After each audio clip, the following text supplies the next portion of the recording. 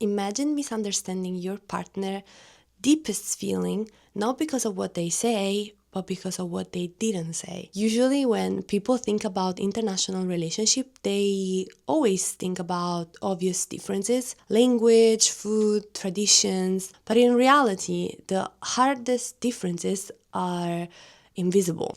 Welcome to this new series called Love Between Cultures. In this video, I want to talk about the hidden iceberg in international relationship, the part you don't see at the beginning and often don't even recognize as culture. I want to look at what actually happened behind the scene, not to explain absolutely how Koreans love or how Italians love, but to explore how culture quietly shapes the way we express who we already are. Culture doesn't create our personality from zero, but it influences what we feel natural, what we feel safe, and what we learn to hide or to show about our personalities. Hello everyone and welcome back to my channel.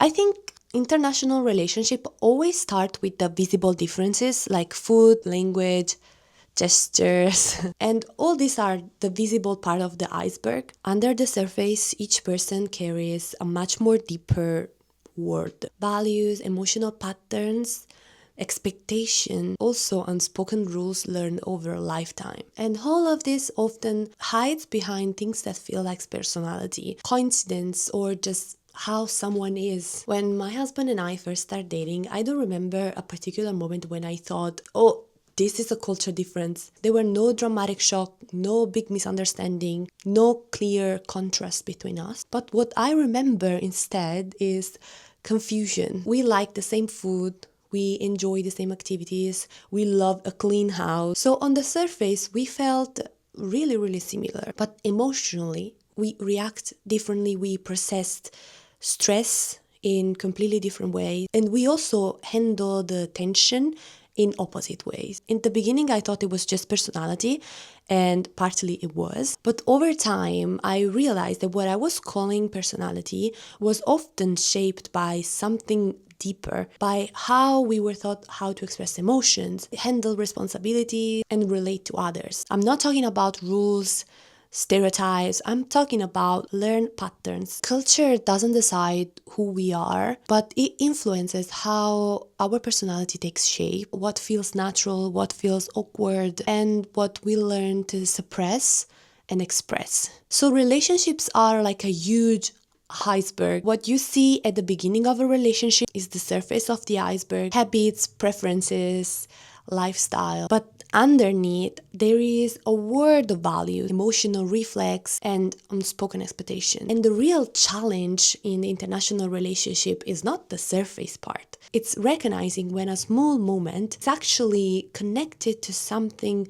much more deeper. I decided to make this video now because something unexpected happened. A really short video of me and my husband went viral on Instagram. It reached almost 4 million views. After that, I started to receive so many messages and comments, especially from girls asking me how I came to Korea or talking about Korean men or Asian men in general in a really idealized way. I completely understand where that image came from. These days, a really famous Korean drama or K-pop and also social medias often show Korean men as super romantic, almost like Prince Charming. So I realized that the 5-second clip was just the tip of the iceberg, the part that is really easy to film and to watch. But the reason our relationships work is not because my husband is Prince Charming, absolutely not. I always think no one is perfect and everyone has positive aspect, negative aspect, and please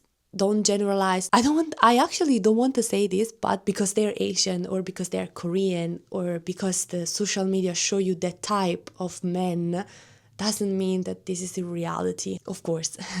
I think everyone knows that, but I want to just underline, just like in Italy, just like everywhere in the world, in Korea, there are good people and bad people. They are kind, really kind partners, and they are super unhealthy partners. Please remember this: culture doesn't make anyone better. Compatibility, values, and effort do and make someone better. So reading those comments made me reflect about my own relationship and also how many differences I had to face and understand over time, not just culture ones, but also emotional ones too. Being in a relationship with someone from another culture can be amazing, really beautiful, but it can also be super challenging. Sometimes you won't understand what is happening in front of you, and that can be really scary, especially at the beginning when you don't know each other really well. But as I always say, it's important to have an open heart and the willingness to go deeper into each other's habits, values, and even discomfort. I live in Korea,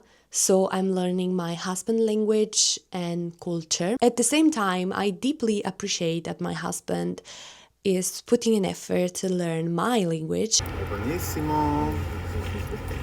even if it's just 5 minutes of Duolingo every day. That effort makes me feel seen and loved. I don't believe that love is becoming perfect for each other. Love is about showing up, trying, and learning together. So this is the first episode of this series. It was just an introduction. I made this series because I want to help people who are starting a new international relationship not to be afraid of differences, but to understand what comes from personality, what comes from culture, and what lives in between. In the next video, I want to talk about the first place where that iceberg really came out for us: communication, silence, and emotional distance. Because sometimes culture doesn't show up through words, but through what is left unsaid.